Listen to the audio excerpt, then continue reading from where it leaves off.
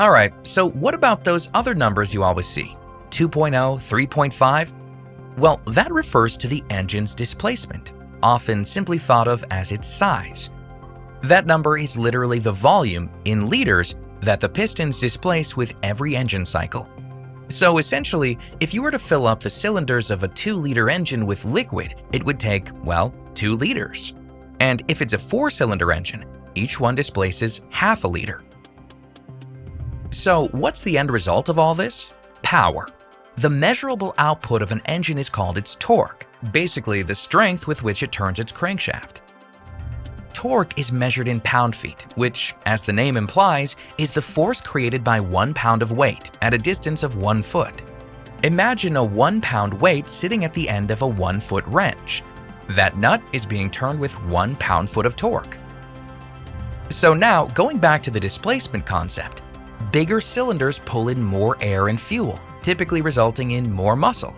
They turn the crankshaft with more force, which is perfect for large vehicles, towing, or even just spirited driving. So now you're probably thinking, isn't that horsepower? Well, yes and no. In fact, horsepower doesn't technically exist. Okay, yes, that requires a bit of explanation. Horsepower is obviously a real thing, but it's actually a calculation, not a physical measurement like torque is. It's basically torque over time. So this means the faster that engine turns, its revolutions per minute or RPM, the more work it can do and the more horsepower it has.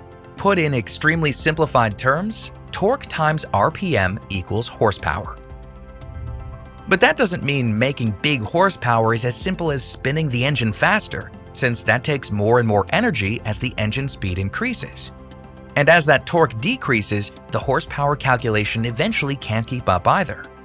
This is also why transmissions are so critical in keeping everything in the appropriate sweet spot. But that's a topic for another video. So that's the general idea behind internal combustion engines. But this